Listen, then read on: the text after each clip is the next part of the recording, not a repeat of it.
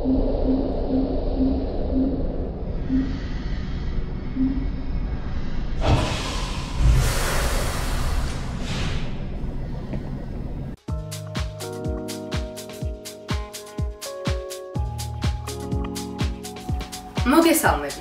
მე თამარი ვარ.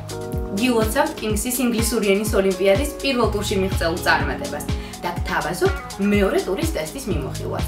მოდით განვიხილოთ მესამე კლასის ტესტი. მესამე კლასის ტესტის ჯამური ქულა 100. ტესტი შედგება 4 სავარჯიშოსგან. პირველ სავარჯიშოში მოცემულია ილუსტრაციები. Match the words with the pictures. აირჩიეთ სიტყვა სურათების მიხედვით. მაგალითად A book, B a dog, C a cat.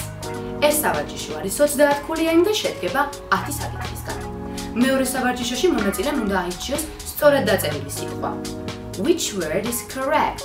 A, B or C?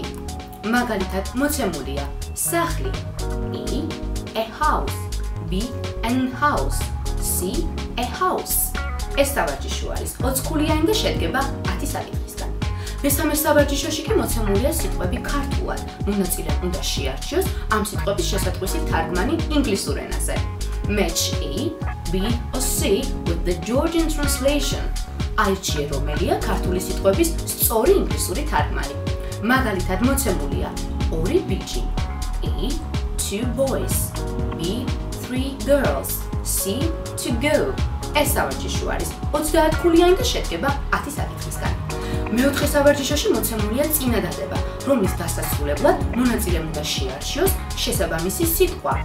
Choose the word A, B or C that best completes the sentences. აირჩიე სიტყვა, რომელიც ყველაზე კარგად დაასრულებს წინადადებას.